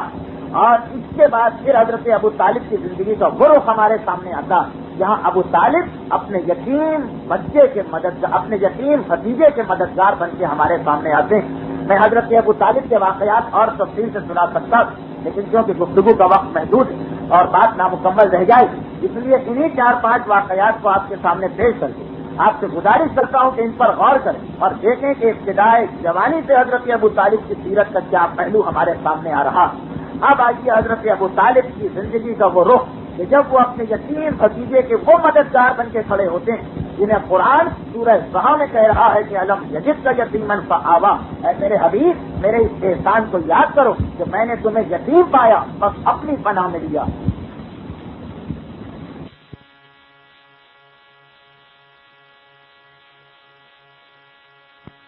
لیکن میرا بھتیجا اگر کھانے میں بیٹھ جائے تو پھر کھانا کم نہیں ہوتا، جتنا کھا لیا جائے اتنا کا اتنا کھانا باقی رہتا ہے. اگر کبھی گھر کے اندر کمی اور بیچی ہو جائے پیسے کی لیکن میرا بھتیجا اس پیسے میں ہاتھ ڈال لے تو پتہ نہیں کہاں سے وہ پیسہ اتنا بڑھ جاتا ہے کہ جتنا خرچ کرو کم ہوتا ہی نہیں. اسی لیے چند واقعات کے بعد حضرت ابو طالب نے طریقہ بنا لیا کہ جب دسترخوان بچھایا جاتا اپنے کسی بیٹے کو ہاتھ نہیں بڑھانے دیتے، سب سے کہتے ہیں انتظار کرو اور میرے بھائی عبداللہ کا یتیم آ جائے اس کے بعد کھانا شروع ہو. اور جب پیغمبر آتے ہیں تو جب تک کہ پیغمبر ایک ایک کھانے کو ہاتھ نہ لگا دیں، دودھ میں سے ایک گھونٹ پیے، روٹی کا ایک ٹکڑا توڑیں، سالن میں سے تھوڑا چکھیں، جب تک کہ ایک ایک چیز میں پیغمبر ہاتھ نہ ڈالیں اس وقت تک ابو طالب اپنے بیٹوں کو بھی اس کھانے کو ہاتھ نہیں لگانے دیتے ہیں. کہتے ہیں کہ آزادی مبارک کہ میرے گھر آنے والا میرے لیے برکت لے کے آیا. اور سنا اتنا یقین تھا ابو طالب کو ذات رسالت پر بچپنے پیغمبر کے اعلان نبوت کے بعد تو ہر ایک کلمہ پڑھنے لگا، لیکن بچپنے میں کتنا یقین تھا ابو طالب کہ روایت یہ ہے کہ ایک مرتبہ مدینے میں بارش نہیں ہوئی اور کافی عرصہ گزر گیا، خشک سالی بہت بڑا ہوا، لوگ پانی کے ایک ایک قطرے کو تڑپ رہے۔ کوئی کہنے لگا کہ لات کے سامنے قربانی دو، کوئی کہنے لگا عزا کے سامنے قربانی دو، کوئی کہنے لگا منات کے سامنے قربانی دو، کسی طریقے سے یہ مصیبت کی آفت ہٹے، بارش آ جائے۔ لوگ اپنی اپنی بولیاں بول رہے تھے۔ انہیں قریشیوں میں سے کسی نے کہہ دیا کہ تم لات و منات کا کیا تذکرہ کر رہے ہو، ابراہیم کا بیٹا تمہارے اندر موجود ہے، جاؤ اور جا کر اس سے کہو وہ تمہیں حل بتائے۔ لوگ فوراً حضرت ابو طالب کے پاس آئے، سمجھ گئے کہ کس کی جانب اشارہ ہے، کہا کہ اے ابو طالب آپ رئیس مکہ مکے کی حالت دیکھ رہے ہیں، دعا کیجئے کہ خدا اس پریشانی کو دور کرے، ہم آپ کو لینے آئے چلے خانہ خدا کی جانب۔ حضرت ابو طالب نے سنا، فوراً رسول کو بلایا، 9 سال کی عمر ہے رسول، فوراً بلایا، اپنے ساتھ لے کے خانہ خدا کے قریب سے۔ ذرا اعتقاد دیکھیں ابو طالب کا، ایمان کی پختگی دیکھیں ابو طالب اس عمر میں کہ جب آج بعد میں آنے والے مسلمانوں میں سے کوئی نظر نہیں آ رہا تھا رسول کا ماننے والا، اس وقت ابو طالب کو اتنا اعتماد کہ لے کر گئے رسول کو خانہ خدا کے پاس، کوئی دعا نہیں، کوئی حاجت نہیں پیش، زبان سے کچھ نہ کہا، رسول کو بٹھایا، رسول کے سیدھے ہاتھ کو بلند کیا، انگشت سے شہادت کو آسمان کی جانب بلند کیا رسول کی، اور اس کے بعد قریشیوں سے خود کہا کہ دیکھو آسمان پر بادل آ گئے ہوں۔ قریشیوں نے دیکھا، ایک مرتبہ دیکھا کہ آسمان پر بادل آ چکے اور بارش ہونے لگی۔ اتنا یقین ہے ابو طالب کو اپنے اس بھتیجے کے اوپر کہ نہ کچھ کہا، نہ پوچھا، نہ گچا، صرف بھتیجے کا ہاتھ اٹھا کر آسمان کی جانب بلند کیا اور پورے یقین کے ساتھ گواہی دی کہ نہیں آسمان پر بارش کے آثار نمودار ہو چکے ہوں گے۔ اتنا یقین تھا ابو طالب کو ذات رسالت پر 8 اور 9 سال کی عمر۔ اب اسی لیے حضرت ابو طالب اس عمر کے بعد پیغمبر اسلام کے آنے کے بعد ان کے گھر میں برکت آئی اور انہوں نے گیہوں کی اور ادرک کی تجارت شروع کر دی۔ عربوں کا طریقہ یہ تھا کہ سال میں ایک مرتبہ ان کا قافلہ جاتا تھا اور جتنی آمدنی ہوئی اس سے وہ سال بھر بیٹھ کے کھاتے تھے۔ جب پیغمبر کی عمر 12 سال کی ہو گئی تو حضرت ابو طالب نے بھی ایک تجارتی قافلہ تیار کیا اور شام کی جانب لے گئے۔ یہ مشہور واقعہ ہے، میں تفصیل میں نہیں جا رہا، صرف اتنا بتاتا ہوں کہ حضرت ابو طالب کو ابتدا ہی سے معلوم تھا کہ میرے گھر میں جو بھتیجا آیا ہے، میرا یقین بھتیجا، یہ اللہ کا نبی، پورا یقین، اور مزید تقویت اسے ہوئی اس بحیرہ کے واقعے میں 12 سال کی عمر قافلہ لے کے چلنے لگے۔ پیغمبر اسلام کو اطلاع ملی میرے چچا جا رہے ہیں اور مجھے چھوڑ دیا۔ ایک مرتبہ دوڑتے ہوئے آ گیا، چچا کے دامن کو پکڑا، چچا آپ جا رہے ہیں مجھے چھوڑ کے؟ کہا کہ ہاں، بڑا طولانی سفر ہے، مکے سے شام تک جانا، سینکڑوں میل کا فاصلہ، بڑی زحمتیں اور پریشانیاں، میں نہیں چاہتا کہ تو میری موجودگی میں زحمتوں اور پریشانیوں کا شکار ہو جائے۔ کہا کہ نہیں چچا، میں آپ سے جدائی کا تصور نہیں کر سکتا ہوں، میں آپ کے ساتھ چلنا چاہتا ہوں، آپ مجھے نہ چھوڑ۔ حضرت ابو طالب اس سے زیادہ خوشی اور کیا ہو سکتی تھی کہ میرا بھتیجا خود سے میرے ساتھ چلنے کو تیار ہے کہ چلے۔ چلتے چلتے قافلہ شام میں داخل ہو گیا۔ شام میں ایک مقام ہے بصرہ، یہ اس بصرہ سے علیحدہ ہے جو عراق میں ایک جگہ ہے بصرہ، وہاں جا کے یہ قافلہ رکا، اور جیسے ہی یہ قافلہ رکا وہاں ایک شور مچ گیا، اس لیے کہ اس مقام پر ایک راہب کی عبادت گاہ، عیسائیوں میں سے وہ لوگ جو دنیا کو ترک کر کے گھر بنا کے اس میں بیٹھ جایا کرتے اور کبھی اس میں سے باہر نہیں نکلتے تھے، ہر وقت اس میں عبادت خدا انجام دیا کرتے، تو وہاں پر بھی ایک ایسے ہی راہب کی عبادت گاہ تھی جس کا نام تھا بحیرہ۔ ایک شور مچ گیا بصرہ۔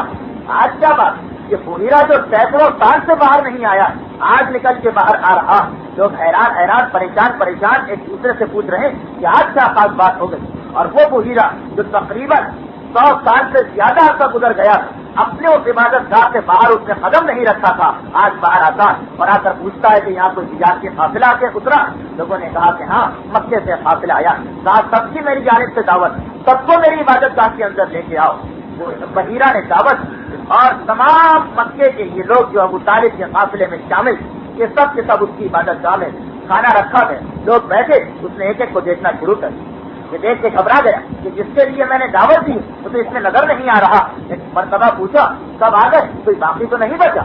قافلے والوں نے جواب دیا سب آ گئے، کوئی نہیں بچا۔ پھر اس نے پوچھا کہ سب آ گئے، کوئی بچہ کر کے تم باہر چھوڑ کے نہیں آئے؟ جواب دیا کہ ہاں، ایک 12 برس کا بچہ ہے ہمارے ساتھ، اسے ہم اپنے جانوروں کی دیکھ بھال کے لیے اور قافلے کی حفاظت کے لیے چھوڑ کے آئے۔ کہا کہ نہیں، جاؤ اسے بھی بلا کے لاؤ، جب تک کہ وہ یہاں آ کر نہیں بیٹھے گا اس وقت تک تمہاری دعوت شروع نہیں ہوگی۔ گئے لوگ پیغمبر اسلام کو دعوت دی، پیغمبر آئے، بحیرہ کا اثر مقصد پیغمبر کو دیکھنا تھا۔ جیسے ہی پیغمبر قریب پہنچے بلانے کے بعد پیغمبر سے کچھ سوالات کیے، کیونکہ مشہور واقعہ ہے، میں تفصیل میں گئے بغیر صرف اتنا کہتا ہوں۔ سوالات کیے، تم اٹھتے کس وقت ہو، سوتے کس طرح سے ہو، تمہاری نیند کیا ہے؟ فرض یہ کہ پیغمبر اسلام کی جسمانی ساتھ نیند، غذا، لباس کے بارے میں کچھ سوالات کیے، اور اس کے بعد اوپر سے نیچے تک دیکھا، دیکھنے کے بعد پوچھا یہ کس کا بیٹا؟ ابو طالب آئے، پڑھانے کے بعد کہا کہ یہ میرا بیٹا۔ بحیرہ نے دیکھا، کہا کہ تیرا بیٹا نہیں لگتا، اس لیے کہ اس کی شکل و صورت اور اس کی علامتیں یہ بتا رہی ہیں کہ اس کا باپ زندہ نہیں۔ ابو طالب نے کہا کہ ہاں یہ میرے بھائی عبداللہ کا بیٹا، میرے لیے بیٹوں کی مالک۔ کہا کہ اے مکے کے سردار، اسے بچا کے رکھ، حفاظت سے رکھ، یقیناً یہ نبی بننے والا، اور اگر یہودیوں کو یہ معلوم ہو گیا تو وہ کبھی اسے زندہ نہیں چھوڑیں گے، اس کو پوری حفاظت کر، اس لیے کہ آگے چل کر یہ عرب کی قسمت کو بدلنے والا۔ حضرت ابو طالب کو پہلے سے معلوم کہ یہ میرا بھتیجا نبی بننے والا، لیکن بحیرہ کی اس بات میں اور تقویت پہنچائے۔ اس کے بعد چھوٹے چھوٹے واقعات سامنے آتے ہیں، میں سب کو نظر انداز کرتے ہوئے صرف اتنا کہنا چاہتا ہوں کہ سن 40 آ گیا، پیغمبر اسلام کی 40 سال کی عمر ہو گئی۔ اس عرصے میں صرف ایک خاص بات اور پیش آئی کہ جب پیغمبر کی عمر 25 سال کی ہوئی تو ان کا جناب خدیجہ سے نکاح ہوا۔ ابو طالب نے نکاح پڑھایا، لیکن اس کی تفصیل انشاءاللہ آئندہ تقریر تو جناب خدیجہ کے حالات پر مشتمل ہوگی۔ پیغمبر کی عمر 40 سال ہو گئی، واقعات ایک انتہا، اور سمجھ میں نہیں آتا کہ اتنی وسیع تاریخ کو کیسے اس مختصر وقت میں سمیٹا جائے۔ 40 سال پیغمبر کی عمر ہو گئی، اعلان نبوت کر دیا، اور اب مکے کے تمام قریش خوکار بھیڑیے بن کر مسلمانوں پر ٹوٹ پڑے، موقع کی تلاش میں جہاں کوئی مسلمان کسی کے ہاتھ آتا وہاں اس پر ظلم و ستم کا آغاز شروع ہو جاتا۔ لیکن بڑی عجیب بات اور بڑے تعجب کی بات کہ تمام مسلمان ظلم و ستم کا شکار ہو رہے ہیں۔ ایک ذات رسالت ہے کہ جن پر ہاتھ ڈالتے ہوئے مکے کا ہر کافر گھبرا رہا، ذات رسالت جنہیں نقصان پہنچاتے ہوئے مکے کا ہر کافر احتجا رہا، جبکہ دوسری طرف کی حالت کہ جو مسلمان اس کافر کے ہاتھ میں لگ رہا اس پہ ظلم و ستم کا پہاڑ کھایا جا رہا۔ تاریخ بڑی ناانصاف، اور تاریخ مورخین کے قلم میں آ کر ایسا کھلونا بن جاتی ہے کہ سچ کو جھوٹ اور جھوٹ کو سچ، رات کو دن اور دن کو رات ثابت کیا جاتا۔ لیکن حضرت ابو طالب پتا نہیں پیغمبر اسلام کی کس حد تک حفاظت اور محافظت کہ متعصب سے متعصب مورخ چند واقعات لکھنے پر مجبور ہو گیا، جس سے عظمت ابی طالب ہمارے سامنے کھل کے آ جاتی۔ یہ اندازہ کریں کہ وہ مورخین جنہوں نے پورا زور اس بات سے لگایا کہ ابو طالب کے کفر کو ثابت کیا جائے، اور یہ ثابت کیا جائے کہ ابو طالب نے پیغمبر کی جتنی مدد کی وہ صرف خاندانی رشتے داری کے حوالے سے کی تھی، ایمان کے رشتے سے نہیں کی۔ لیکن انہی مورخین کے قلم مجبور ہو کر چند ایسے واقعات لکھ گئے جس سے صاف معلوم ہو جاتا کہ ابو طالب کی ذات پیغمبر کے کتنا بڑا سہارا۔ یہ چند واقعات یہ بتا رہے کہ حقیقت میں پتہ نہیں کتنی مدد کی ہوگی ابو طالب نے، جسے چھپا چھپا کر اتنا کچھ مورخین نے اپنی کتابوں میں لکھا۔ بس اس سے اندازہ کیجیے کہ تمام زندگی پیغمبر ابو طالب کو یاد کرتے رہے، ابو طالب کے احسان کو یاد کرتے رہے، ابو طالب کو اپنا محسن سمجھتے رہے، یہ کہتے رہے کہ ابو طالب کی وفات کے بعد مکے کی سرزمین میرے لیے تنگ کر دی گئی، ابو طالب کے بعد کوئی میرا مددگار نہ رہا، کوئی میری مدد کرنے والا نہیں رہا۔ یہ پیغمبر کا فقرہ ہے جو بار بار پیغمبر کی زبان سے نکلا، اور تاریخ یہ بتاتی کہ پیغمبر نے ابو طالب کی وفات کے بعد جب موقع آیا، جب کوئی مقام آیا، ابو طالب کو یاد کیا، ابو طالب کا تذکرہ کیا۔ بڑے بڑے صحابیوں کو یہ شرف نہیں ملا جو پیغمبر نے ابو طالب، جسے آج کل ایک بڑا طبقہ کافر کہا کرتا، اس ابو طالب کو جو شرف پیغمبر نے دیا وہ بڑے بڑے صحابیوں کو نہیں مل سکا۔ جب کوئی موقع آتا ہے پیغمبر ابو طالب کو یاد کیا کرتے ہیں۔ یہ تو تمام علماء اہل سنت نے لکھا کہ جناب عقیل جب پیغمبر کے پاس آتے تو پیغمبر ان کی انتہائی عزت کیا کرتے، انتہائی عزت کے ساتھ ان کا استقبال کیا کرتے۔ لوگ پریشان ہو گئے کہ کل اسلام لانے والا، ہم 20 سال سے اسلام لائے ہوئے، ہماری اتنی عزت نہیں ہو رہی جو عقیل کی ہو رہی۔ پوچھا اللہ کے رسول آپ عقیل کی اتنی عزت کیوں کرتے ہیں؟ جواب دیا دو باتوں سے، ایک تو یہ کہ وہ میرا چچا داد بھائی، لیکن دوسری بات یہ کہ میرے چچا ابو طالب اپنی اولاد میں عقیل کی انتہائی عزت کیا کرتے تھے، میں اپنی چچا کی وجہ سے عقیل کی عزت کیا کرتا ہوں۔ تاریخ بتاتی ہے کہ پیغمبر اسلام مدینے میں ایک مرتبہ قحط پڑا، اور زبردست قحط پڑا۔ لوگ پیغمبر کے پاس آئے، اللہ کے رسول آپ بارش کی دعا کریں. پیغمبر نے بارش کی دعا کی, بارش ہونے لگی. تو ایک مرتبہ پیغمبر کی زبان سے نکلا کہ کاش کوئی مجھے ابو طالب کا قصیدہ پڑھ کے سنائے. حضرت ابو طالب اس بارش والے واقعے کے بعد پیغمبر کی شان میں قصیدہ تحریر کیا تھا جس میں 80 سے زیادہ شعر. پیغمبر مدینے کی مسجد نبوی میں بیٹھے, بارش ہو رہی اور تمنا یہ کر رہے کہ کوئی مجھے ابو طالب کے شعر پڑھ کے سنائے, اور میرے مولا نے اپنے باپ کا قصیدہ پڑھ کے پیغمبر کی خدمت میں پیش کیا. پیغمبر مسکراتے ہوئے منبر سے اترے. جنگ بدر ہو رہی, جنگ بدر ختم ہوئی. قریش سے بڑے بڑے سردار مارے گئے, ان کی لاشوں کو لا کے گلے میں دفن کیا جا رہا. پیغمبر کی زبان سے نکلا کاش ابو طالب زندہ ہوتے اور دیکھتے کہ خدا نے ان کے قول کو کتنے جلدی پورا کیا. کوئی مجھے ابو طالب کا وہ قصیدہ سنائے جس میں انہوں نے قریش کے سرداروں کی موت کی پیشین گوئی کی. عبداللہ ابن مسعود آگے بڑھے, اللہ کے رسول میں آپ کو قصیدہ سناؤں گا. اور میدان بدر کے اندر ابو طالب کا قصیدہ قریش مکہ کے سرداروں کی قبر پر کھڑے ہو کر پڑھا جا رہا ہے. پیغمبر اسلام اسے سنتے جا رہے ہیں. جب جنگ بدر کا آغاز ہوا تو اس وقت مکے کے جو کافر آئے انہوں نے اس زمانے کے طریقے کے مطابق, اس زمانے میں فوج سے نہیں ڈرتی, ایک فوج کا بہادر نکلا, اس نے سامنے کے کسی بہادر کو بلایا. 3 مکے کی فوج سے, یعنی کافروں کی فوج سے 3 آدمی آئے, مسلمانوں سے 3 آدمی ان کے مقابلے کے لیے گئے. حضرت علی, حضرت حمزہ اور ابو عبیدہ زخمی ہو گئے, وہ اپنے ساتھی کو نہیں مار سکے. حضرت علی اور حضرت حمزہ نے اپنے ساتھی کو قتل کیا, پھر حضرت علی نے آ کر عبیدہ کے ساتھی کو قتل کیا. عبیدہ زخمی ہو گئے, ان کی پنڈلی کی ہڈی کٹ گئی اور اس میں سے خون اور مغز بہنے لگا. وہ اسی زخمی حالت میں چلے. امیر المومنین سہارا دے کے پیغمبر کے پاس لائے. پیغمبر نے دیکھا, دیکھنے کے بعد کہا کہ کوئی وہ قصیدہ ابو طالب کا سنائے جس میں ابو طالب نے یہ بتایا تھا کہ مسلمان ہونے کے بعد کتنی زحمتیں اور پریشانیاں اٹھانا پڑتی ہیں. امیر المومنین نے ابو طالب کا وہ قصیدہ شروع کر دیا. یہاں تک کہ تاریخوں میں یہ لکھا کہ جب پیغمبر کا آخری وقت قریب آیا, 27 اور 28 صفر کے درمیانی شخص, اور پیغمبر اسلام مرض کی شدت سے, بیماری کی شدت سے بے ہوش ہو گئے. ہوش میں آئے پھر بے ہوش ہو گئے, بار بار آنکھ کھلتی, بار بار بے ہوش ہو جاتے, اور ایسا لگ رہا تھا کہ بیماری کی سختی سے تڑپ رہے, بیماری کی سختی سے بے چین ہو رہے. اس وقت بیٹی باپ کے پاس بیٹھی, جناب فاطمہ باپ کی تیمارداری کر رہی, اور اب گھبراہٹ بھی کہ باپ کو کس طریقے سے آرام پہنچایا جائے. کیا جناب فاطمہ نے کیا طریقہ اختیار کیا باپ کو آرام پہنچانے کا؟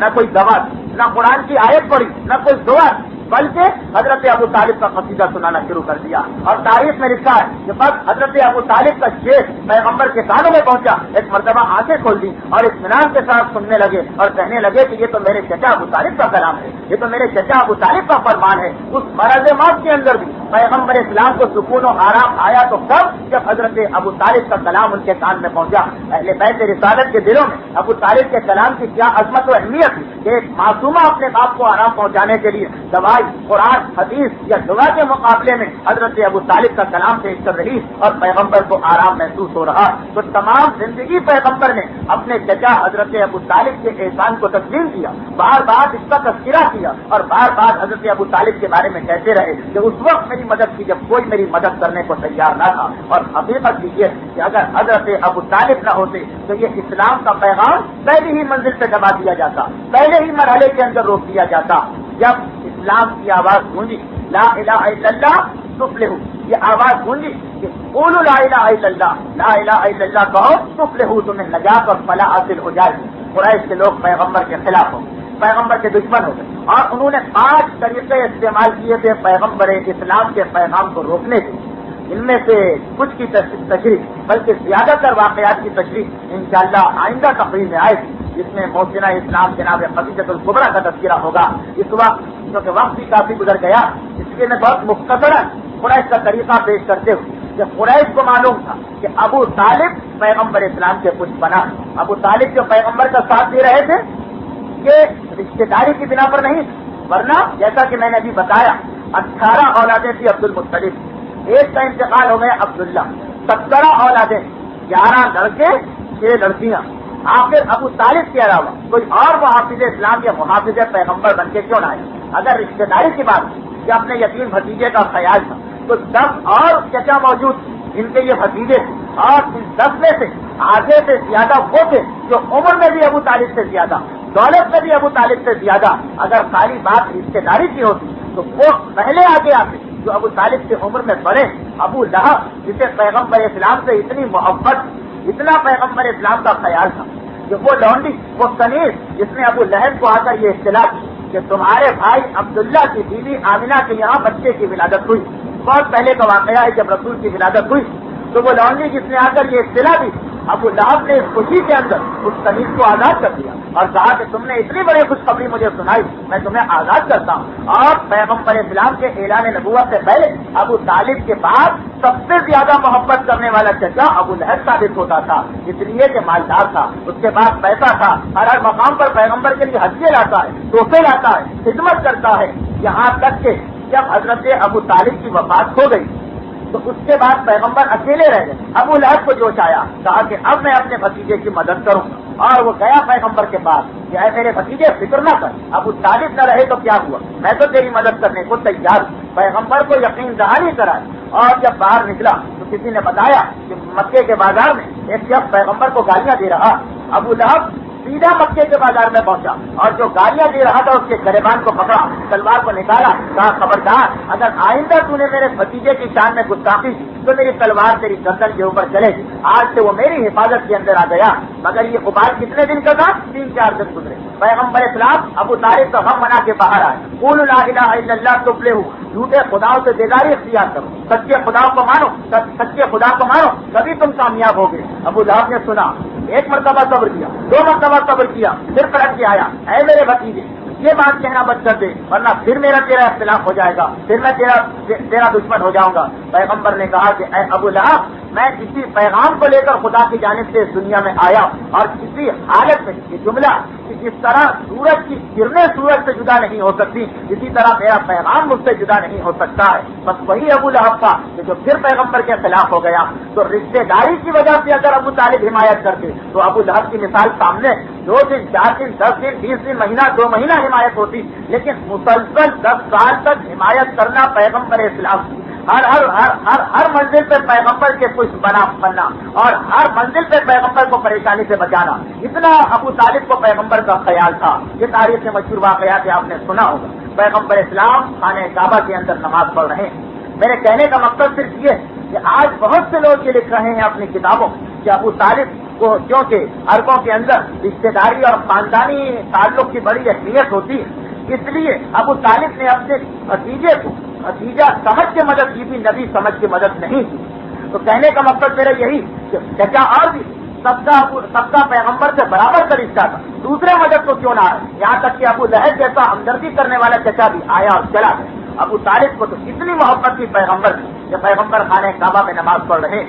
ایک مرتبہ عبداللہ ضبعری قریش کے ان سرداروں میں سے ایک تھا جو پیغمبر کو تکلیف پہنچانے میں ہر منزل پہ آگے آگے رہتے تھے۔ عبداللہ ضبعری نے دیکھا پیغمبر نماز پڑھ رہے ہیں، خانہ کعبہ کی جانب رخ کر پیغمبر ہمیشہ مکے میں اس طرح سے نماز پڑھتے تھے کہ رخ کعبے کی طرف بھی ہو، بیت المقدس کی طرف بھی ہو، بیک وقت دونوں قبلے پیغمبر کے سامنے رہے، نماز پڑھ رہے تھے۔ عبداللہ ضبعری گیا اور جانے کے بعد ایک اونٹ جو ذبح کیا گیا اس کے گوبر اور گوشت کو لے کے آیا اور لانے کے بعد پیغمبر اسلام کے چہرے پر مل دیا، جبکہ پیغمبر نماز کے اندر مشغول تھے۔ پیغمبر اسلام نماز پڑھتے رہے، واپس گھر میں آئے۔ خاندانی حمیت کی بات ہوتی تو اتنی سی بات کہ بھتیجے کس طرح توہین کی گئی، 11 کے 11 چچاؤں کی تلواریں نکل آئی، سب نے دیکھا، خاموش رہے کہ کر رہا ہے جو کچھ کر رہا ہے یہ اسی کا انجام ہے۔ ابو طالب کی نگاہ پڑی، ایک مرتبہ سیف میں تلوار نکالی، اے میرے بھتیجے یہ بتا کہ کس نے تیری یہ توہین کی؟ پیغمبر نے ابو طالب کو کوئی جواب نہ دیا، اصرار کیا، بار بار اصرار کیا۔ پیغمبر نے بتایا کہ عبداللہ ضبعری جو اس وقت کعبے میں بیٹھا ہے اس نے میرے ساتھ اس طریقے کا سلوک کیا۔ ابو طالب چلے، حضرت حمزہ کو آواز دی، حضرت حمزہ سب سے چھوٹے بھائی ہیں 11 بھائیوں، آواز دی اور کہا میرے ساتھ چلو، اور اپنے ساتھ قریش کے تمام بنی ہاشم کے تمام نوجوانوں کو لے کے آئے۔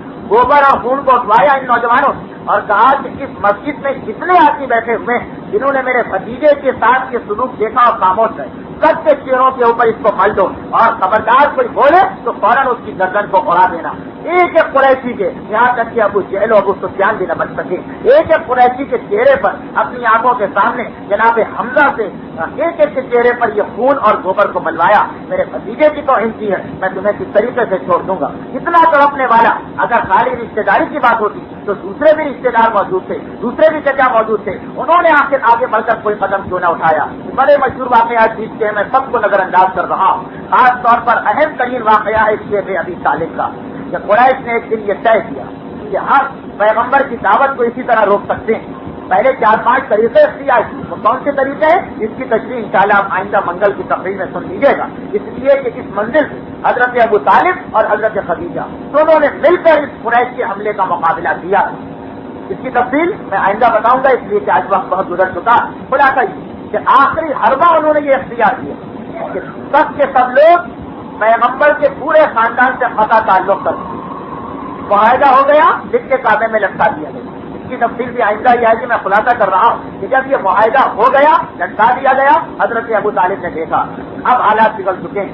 سارے قبیلے ایک طرف ہو گئے، ہماری جانوں کو خطرہ ہے. وہ پورے اپنے خاندان کو لے کر جو اس میں ایمان لا چکے 40 آدمی، ان 40 آدمیوں کو لے کر کعبے کے قریب جو مکان تھا اسے چھوڑا اور شیب ابی طالب میں آ گئے. شیب ابی طالب مکے کے پہاڑیوں کے بیچ میں جگہ کی ایک کھاتی، آج تک یہ مکہ شہر میں شامل ہو گئی اور اس کا نام سوق اللیل، جہاں پر ایک بڑا عظیم الشان بازار بنا ہوا. لیکن یہی بازار جس مقام پر ہے، اسی مقام پر وہ جگہ شیب ابی طالب، جہاں کے اوپر پیغمبر اسلام کو لے کر ابو طالب آئے. اور اسی مقام کے اوپر اتنے مسائل برداشت کیے اس خاندان کہ حضرت ابو طالب جن کی عمر اب 86 سال کی ہو چکی، ان مسائل کو برداشت کرنے کی وجہ سے شدید بیمار پڑے. اور جب شیب ابی طالب سے واپس یہ لوگ مکے میں آئے، کیونکہ وہ معاہدہ دیمک کھا چکی، واپس یہ لوگ مکے کے اندر آئے اس معاہدے کو ختم کرا کے، تو اس وقت حضرت ابو طالب بیمار تھے. اور آنے کے بعد چند ہی دنوں کے اندر اندر حضرت ابو طالب کا آخری وقت آ گیا.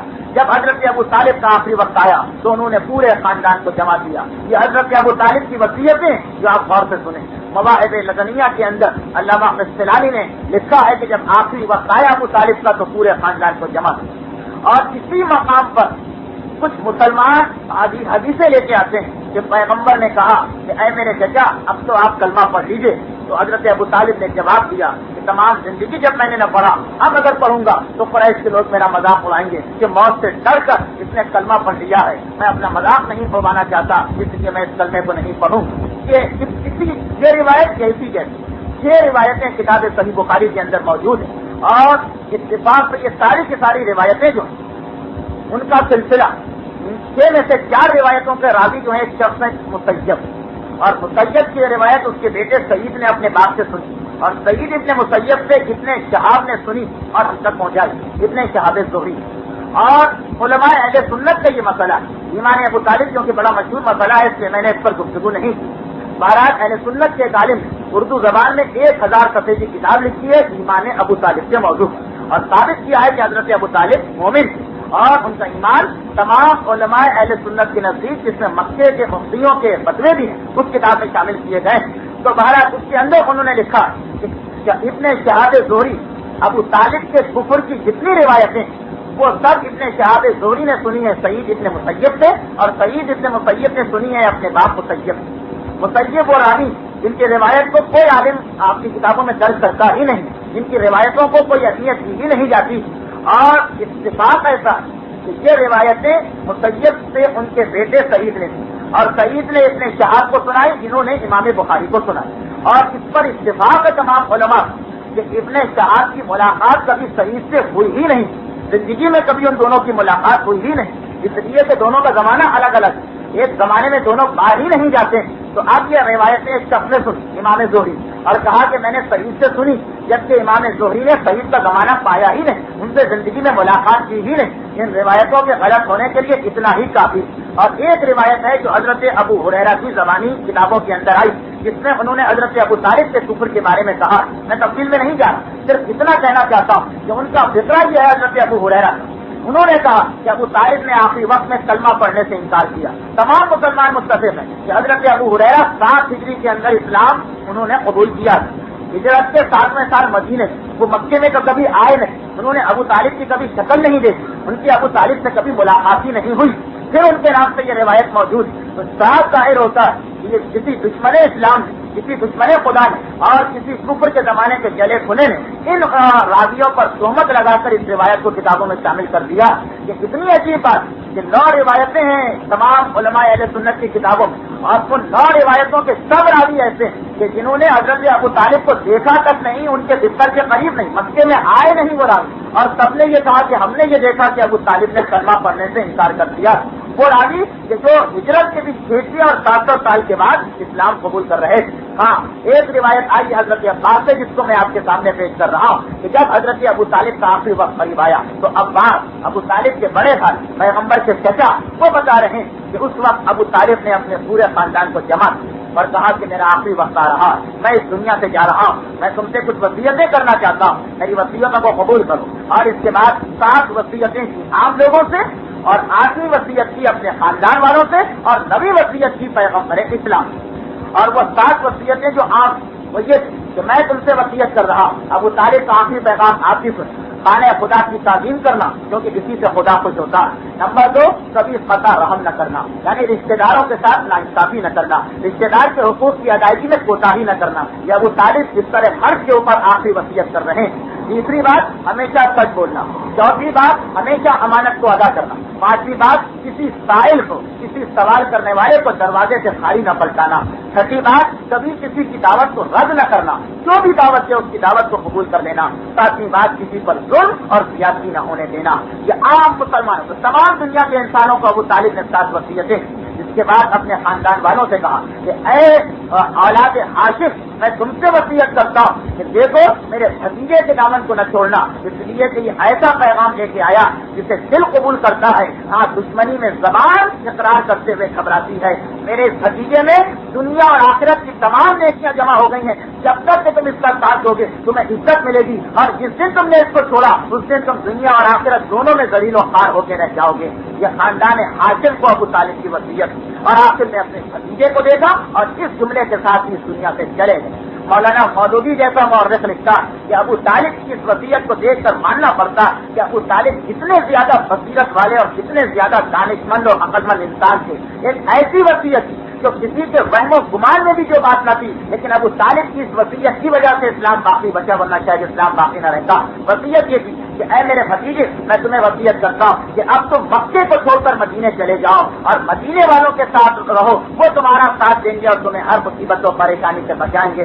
تمام امت مسلمہ کا اتفاق ہے کہ ہجرت کا واقعہ اسلام پھیلانے کا سبب بنا، اسی لیے مسلمانوں نے اپنے سال کا آغاز ہجرت کے واقعے سے کیا. اس سے زیادہ اہم کوئی واقعہ تاریخ اسلامی میں نہیں. اور 3 سال پہلے ابو طالب مشورہ دے رہے پیغمبر کو کہ اسلام کو باقی بچانا، اپنے دین کو پھیلانا تو ایک ہی طریقہ ہے کہ تم مدینے ہجرت کر کے چلے جاؤ، مدینے والے تمہارا ساتھ دیں گے. مولانا مودودی جیسا مورخ لکھتا ہے کہ اس وصیت کو سن کے ماننا پڑتا ہے کہ ابو طالب کتنے دانا، کتنے صاحب بصیرت اور کتنے دانشمند تھے. ایک ایسی وصیت کر رہے جو کسی کے وہم و گمان میں بھی نہ تھی کہ پیغمبر کو مدینے جانے کی کیا ضرورت پڑے گی، لیکن ابو طالب 3 سال پہلے دیکھ رہے ہیں. حقیقت میں یہ کہا جا سکتا ہے کہ ابو طالب کی زبان پر اس وقت وحی الہی جاری ہو چکی تھی جو انہوں نے آخری وصیت کی پیغمبر اسلام کو، اور اس کے بعد ابو طالب کا انتقال ہوا.